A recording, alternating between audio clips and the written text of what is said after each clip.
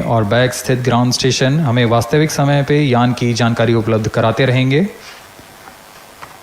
लेकिन चतुर्थ चरण के प्रज्वलन के समय यान हमारे ग्राउंड स्टेशन की दृष्टि से दूर जा चुका होगा, इसलिए शिपबोर्न ट्रैकिंग या शिपबोर्न टर्मिनल को दक्षिणी पैसिफिक महासागर में स्थित किया गया है।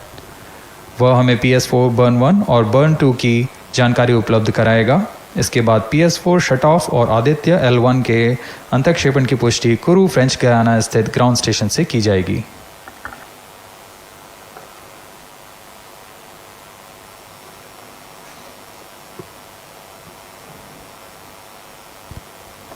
T-2 minutes and counting.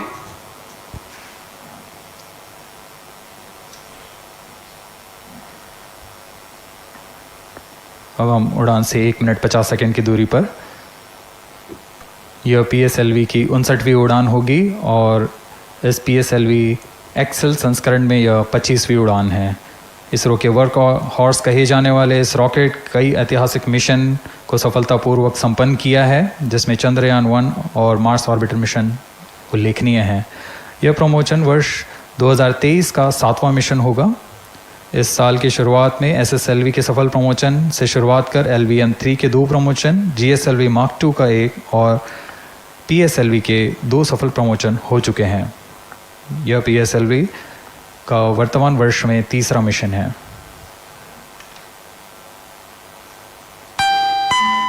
All stations stand by for the time mark.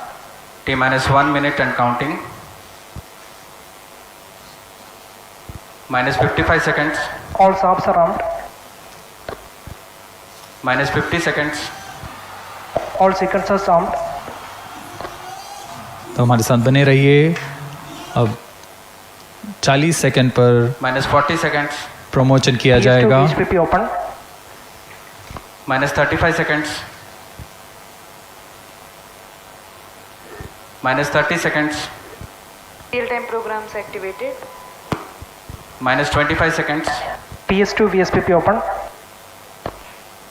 -20 seconds. PS1 ignition RMS arm. -15 seconds. 10, 9, 8, 7, 6, 5, 4, 3, 2, 1, 0. +5 seconds. Lift off normal. P1 tracking. P3 tracking. Magnificent lift-off of PSLV C-57 with Aditya L1 on board. +15 seconds. PSLV C-57 का सफल उत्थापन और इसके साथ 20 seconds. प्रथम भारतीय सौर अंतरिक्ष यान निकल चुका है सूर्य के बस तेज से 25 विज्ञान को प्रकाश करने। Air lead strap on ignited. इसके साथ ही बस एक और 30 कदम seconds. है अंतर्ग्रहीय सफर में भारत की उपस्थिति सिद्ध करने का। आप देख रहे हैं PSLV C-57 प्रथम चरण पूरी तरह सामान्य। The rocket flying forth, following nominal trajectory and developing nominal thrust. The bright fumes against a clear midday Shut sky. one is in main up. A rocket launch is more than just a sight to behold. First The stage roaring performance sound and the normal. vibrations that we can feel Shut here. one is in main Adding up. to this, the thrill are just amazing.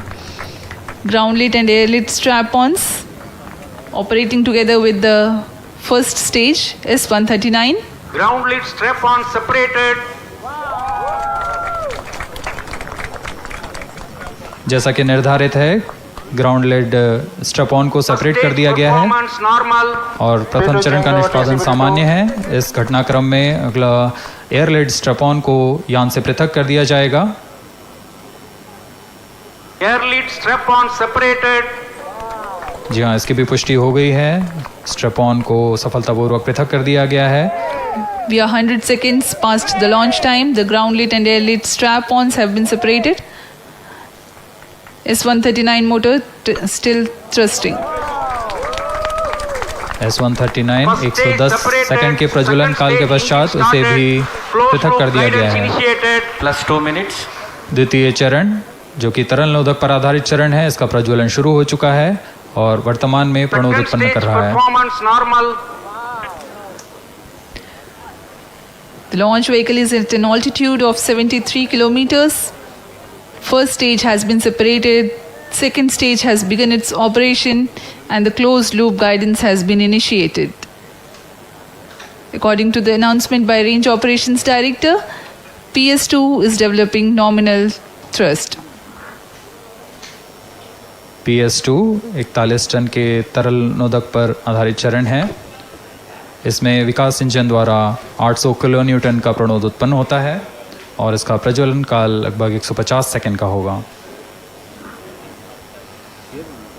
Shar and Port Blair tracking stations presently acquiring signals. Flight path closely matching the prediction.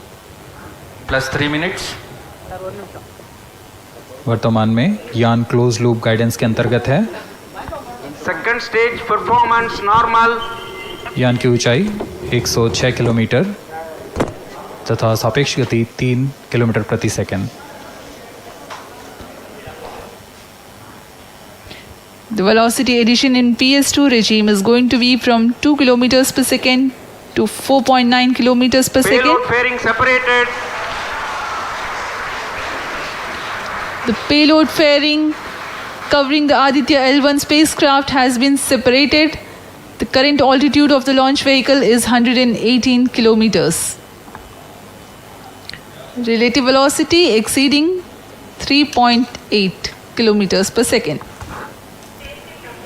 जी हाँ, यान अब घने वातावरण से बाहर जा चुका है, इसलिए ऊष्मा कवच की ज़रूरत नहीं रह जाती है और इस कारण इसे Plus यान 4 से पृथक कर दिया जाता है। Second stage performance normal.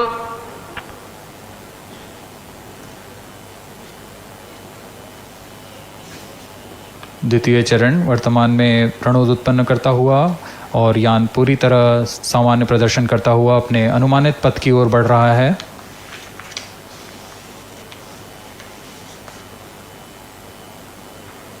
Second stage separated. Third stage ignited. द्वितीय चरण को भी सफलतापूर्वक यान से पृथक कर दिया गया है उसके प्रज्वलन Third stage काल समाप्त होने पर। normal. और तृतीय चरण जो कि ठोस नोदक पर आधारित चरण है, इसका प्रज्वलन शुरू हो चुका है। We are close to 5 minutes past the launch time. Presently, the third stage of PSLV is operational, developing nominal thrust. Plus 5 minutes. तृतीय चरण में 7.6 टन के ठोस नोदक का प्रयोग होता है और इसका प्रज्वलन काल 117.7 सेकंड का होगा। इस दौरान यह 240 किलो न्यूटन का प्रणोद उत्पन्न करेगा।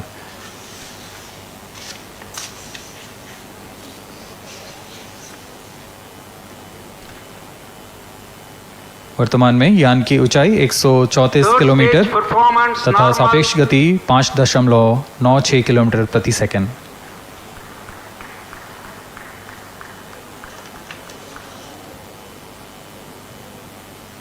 जैसा कि हम जानते हैं PSLV सबसे विश्वसनीय रॉकेट रहा है इसरो का, वैसा ही प्रदर्शन करता हुआ एक और मिशन PSLV C57 का।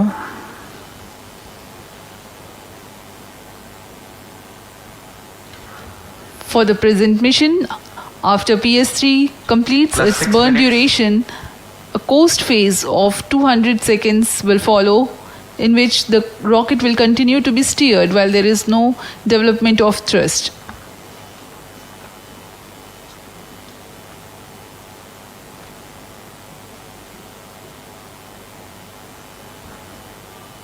जी हाँ, अभी कुछ ही क्षणों में Third PS3 stage का action completed. प्रज्वलन काल समाप्त हो चुका है और कोस्टिंग फेज इसके बाद जारी रहेगा। Vehicle in combined hosting for approximately 200 seconds.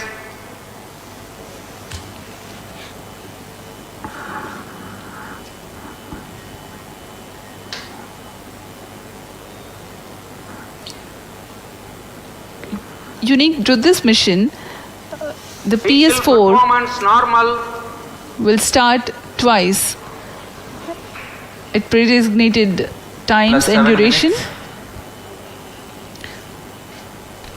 The multiple start capability of PS4 will be utilized very aptly to achieve the argument of perigee of 346.6 degrees, which is very crucial for this mission. The commencement and duration of PS4 burns enable achieving this orbital parameter. Argument of perigee is the angle that is made by the perigee point from the ascending node at equatorial plane. AOP exceeding 300 degrees is helpful in mission planning to achieve halo orbit around L1 with minimal propellant expenditure.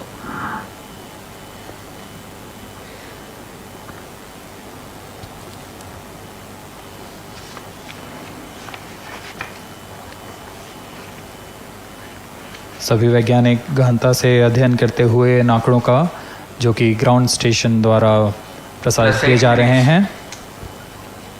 वर्तमान में PS3 PS4 combined costing phase जारी है। यान की ऊंचाई 170 kilometre तथा सापेक्ष गति 7.32 किलोमीटर प्रति सेकंड है।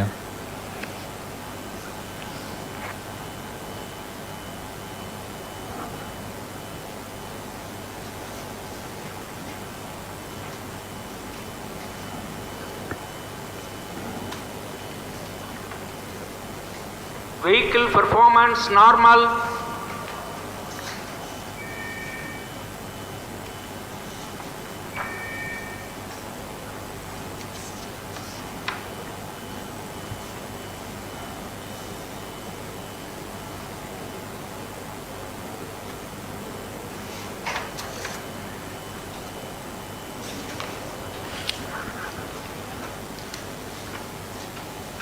Plus 9 minutes.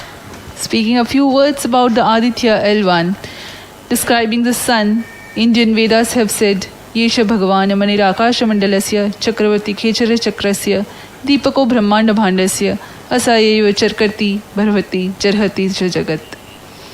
This mighty jewel, the light of eastern sky, who generates, operates and destroys the universe, while the energy of sun, after having filtered by the atmosphere, is available for the sustenance of earth. The explosive phenomena in sun and the solar flares are a cause for concern to the spacecraft and human space missions. The vantage point for such observations is a place in between the sun and earth. Third stage separated.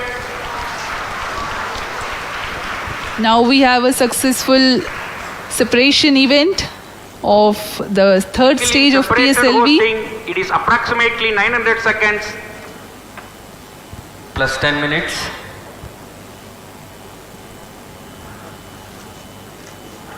जी हाँ, तृतीय चरण को सफलतापूर्वक Vehicle पृथक कर दिया performance गया है normal. और अब PS4 कोस्टिंग फेज पर है।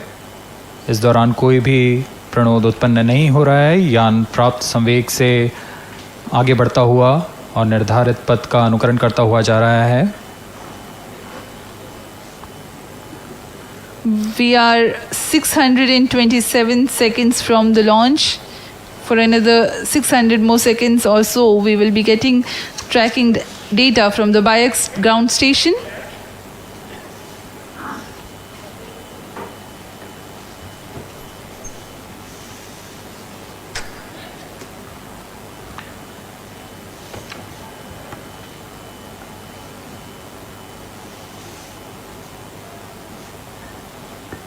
यह कोस्टिंग फेज़ लगभग 900 सेकंड का होगा। इस दौरान हम आपको कुछ जानकारी देते हैं। लैग्रेंज पॉइंट से जुड़ी कुछ रोचक तथ्य भी हैं, जैसे कि इस पॉइंट का नाम एक इटालियन फ्रेंच गणितज्ञ जोसेफ लुइग लैग्रेंज के सम्मान में रखा गया था। उन्होंने 1972 में इसे अपनी तकनीकी प्रपत्र जनरल 3 बॉडी प्रॉब्लम में वर्णित किया है, लेकिन इससे पहले भी 3 पॉइंट L1, L2 और L3 को खोजने का श्रेय स्विस गणितज्ञ लेनार्ड आयलर को जाता है। L1 पॉइंट पर नासा ने पहले ही सोलर एंड हेलियोस्फेरिक ऑब्जर्वेटरी सोहो को पहुंचा चुका है और विश्व प्रसिद्ध जेम्स वेब टेलीस्कोप को L2 लैग्रेंज पॉइंट पर स्थापित किया गया है। L1 की पृथ्वी से सूर्य की दिशा में दूरी लगभग 15 लाख किलोमीटर है और इसे हम एस्ट्रोनॉमिकल यूनिट में 0.01 एस्ट्रोनॉमिकल यूनिट कह सकते हैं। यह पृथ्वी से सूरज की दूरी का केवल 1% है।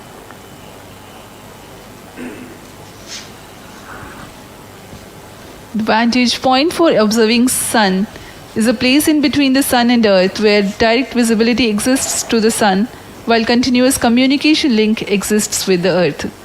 These observations will generate a forewarning about disturbances in near-Earth space environment which could pose danger to the communication systems and spacecrafts. Various thermal and magnetic phenomena on the Sun are of extreme nature, which cannot be replicated in labs. The best way is to observe the Sun up close.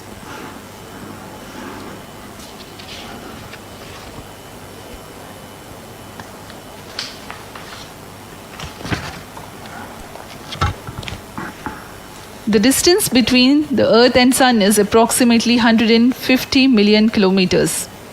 At the central region of the Sun, known as core, the temperature can reach as high as 15 million degrees Celsius. Power source for the Sun is nuclear fusion of hydrogen atoms that takes place in the core. The visible surface of Sun is relatively cool and has a temperature of about 5,500 degrees Celsius. The Aditya L1 spacecraft is planned to be placed in a halo orbit around the Lagrangian point Vehicle 1 performance or normal. L1 of the Sun-Earth system, which is about 1.5 million kilometers from Earth, roughly 1% of the distance to Sun. A halo orbit is a periodic three-dimensional orbit near the Lagrange point in the three-body problem of orbital mechanism. The object in this orbit stays in place by the gravity of Earth and Sun. It requires little energy for station keeping. Several probes have been placed in space to observe the Sun by various space agencies. Lagrange's point L1 is a great location for solar explorers such as Aditya L1, as it allows for an unobstructed view of the Sun that is never eclipsed by Earth. At L1, Aditya L1 will join spacecraft such as ESA NASA's Solar Heliospheric Observatory or SOHO, which has been at L1 since 1996. Lagrange point एक ऐसी जगह है अंतरिक्ष में जहां अगर कोई चीज़ पहुंचती है तो वह वहीं बनी रहती है, क्योंकि लैग्रांज पॉइंट पर दो बड़े द्रव्यमानों का गुरुत्वाकर्षण खिंचाव बराबर हो जाता है और इसमें एक अभिकेंद्रीय बल है कि जो कि पिंड को दोनों द्रव्यमान के साथ बनाए रखता है। ऐसे 5 लैग्रेंजियन पॉइंट्स होते हैं पृथ्वी और सूर्य के बीच। इन पॉइंट्स में अंतरिक्ष यान को भेजकर कम से कम ईंधन की खपत पर या उस स्थान पर अंतरिक्ष प्रयोगों को अध्ययन के लिए बनाए रखा जा सकता है। आदित्य L1 उपग्रह को भी ऐसे ही लैग्रांज पॉइंट 1 पर स्थापित किया जा रहा है। अंतरिक्ष यान को यहाँ तक पहुँचने में 125 दिन का समय लगेगा।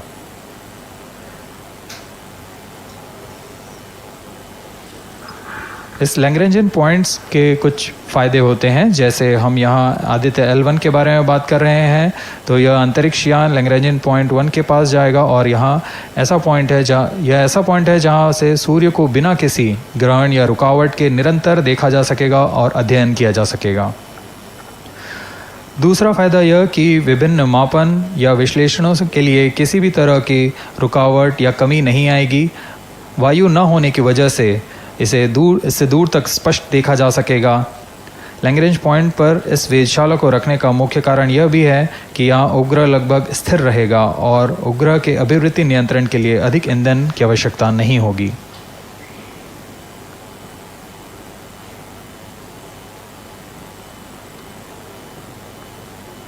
वर्तमान में PS4 चरण का कोस्टिंग फेज जारी है। अब यान की ऊंचाई 280 किलोमीटर तथा सापेक्ष गति 7.18 किलोमीटर प्रति सेकंड है। अब यह उचित अभिवृत्ति प्राप्त कर पुनः प्रज्वलित किया जाएगा।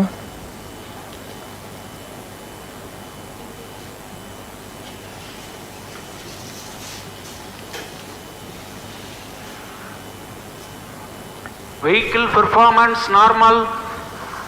The Aditya L1 spacecraft carries 7 payloads to observe the protosphere, chromosphere, and corona, which is the outermost layer of the Sun. These payloads use electromagnetic, particle, and magnetic field detectors. First among the 4 remote sensing payloads is Visible Emission Line Chronograph (VELC), which is a prime payload designed as a reflective coronagraph with a multi-slit spectrograph. This payload is developed jointly by Indian Institute of Astrophysics, Laboratory of Electro-Optical Systems, UR Rao Satellite Center, ISRO Inertial Systems Unit, and Space Applications Center. The second payload is Solar Low Energy X-ray Spectrometer, or SOLEX, designed to measure the solar soft X-ray flux to study solar flares. This payload is developed by UR Rao Satellite Center. Third payload is the Solar Ultraviolet Imaging Telescope SUIT, which is a UV telescope to image the solar disk in the near ultraviolet wavelength range. The payload is developed by Inter-University Center for Astronomy and Astrophysics, Pune, LEOS, URSE, and IISU. The fourth payload is High Energy L1 Orbiting X-ray Spectrometer, or HELIOS, developed by URSE. Is a hard X-ray spectrometer designed to study solar flares in high energy X-rays. The fifth payload is the one which is meant for in situ observations. This is Aditya Solar Wind Particle Experiment, or otherwise called as ASPEX, which comprises of spectrometers to measure low energy particles and high energy ions. This payload is developed by Physical Research Laboratory.